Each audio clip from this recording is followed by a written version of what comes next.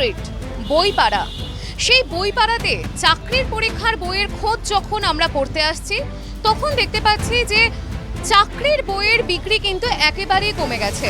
কিন্তু এই চাকরির বইয়ের বিক্রি কেন কমেছে, সেই সন্ধান আমরা এবার চালাবো। যেমনটা দেখা যাচ্ছে যে চাকরির বইগুলো যতটা বিক্রি আগে হতো, সেই বিক্রির পরিমাণে ভাটা পড়েছে। পাবলিশার থেকে শুরু করে বিক্রেতারা প্রত্যেকের মুখে একটাই কথা। আসুন সরাসরি শুনে নিই। ইঞ্জিনিয়ারিং বই তো বিক্রি বাটা টোটালি কমে গেছে। আগে যে হারে ইঞ্জিনিয়ারিং বই আমরা বিক্রি করতাম, ইঞ্জিনিয়ারিং বইটা এখন কেউ চাচ্ছে না। সেক্ষেত্রে এই পিএসসি থেকে শুরু করে এই ধরনের যে বইগুলো, সেই বইগুলোর চাহিদা কেমন ছিল? ওগুলো আগে খুব বিক্রি বাটা হতো, পুরনো বইগুলো। লাস্ট এই কয়েক বছর ধরে পিএসসি এগুলো কেউ চাইতো না। তো আপনার কোনো পরীক্ষাই হয়নি বিগত 5 বছর ধরে। এই দুটো পরীক্ষা চালু হয়েছে আপনার প্রাইমারি টেট, আপার প্রাইমারি, এর উপরে ভিত্তি করে খুবই কম কেনাকাটা আর কি মানুষজনের। পিএসসির আন্ডারে কোনো এক্সামের বই আমরা এখন পাচ্ছি না।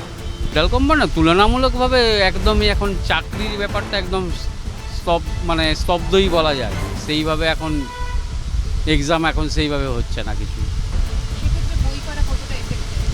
অবশ্যই এফেক্টেড। আমরা তো এখন চুপচাপ বসে থাকা মতো আর আমাদের কিছু করার নেই। কোনো এক্সাম নেই, totally exam. SSC school service হতো, সেটাও টোটালি এখন বন্ধের মধ্যে।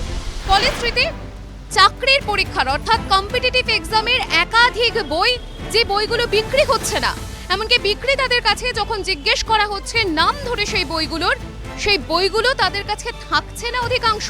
কেন থাকছে না এই প্রশ্ন করতেই তাদের বক্তব্য, যেখানে চাকরিই হচ্ছে না, যেখানে চাকরির পরীক্ষা হচ্ছে না, যেখানে নিয়োগ হচ্ছে না, সেখানে ছাত্রছাত্রীরা কেন বই কিনবে? আমাদের চাকরি পরীক্ষা হওয়ার সংখ্যাই তো কমে গেছে, তো ওই জন্য চাকরি বইগুলো বিক্রি হওয়ার সংখ্যাও কমে গেছে।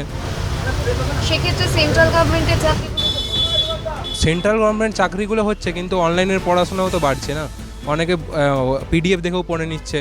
ছাত্রছাত্রীরা সরকারি চাকরি বা কম্পিটিটিভ এক্সামের কথা ভাবলেই কিন্তু প্রথমেই ভাবে আদৌ চাকরিটা পাবে তো, আদৌ চাকরিতে নিয়োগ হবে তো।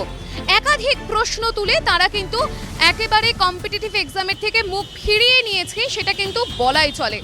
আর সেই এফেক্টটাই এসে পড়ছে বইপাড়া অর্থাৎ কলেজ স্ট্রিটে। এরকম আরও আপডেট পেতে চোখ রাখুন দ্য কয়েনে। ক্যামেরায় দীপকের সঙ্গে তন্ত্রার রিপোর্ট, দ্য কয়েন।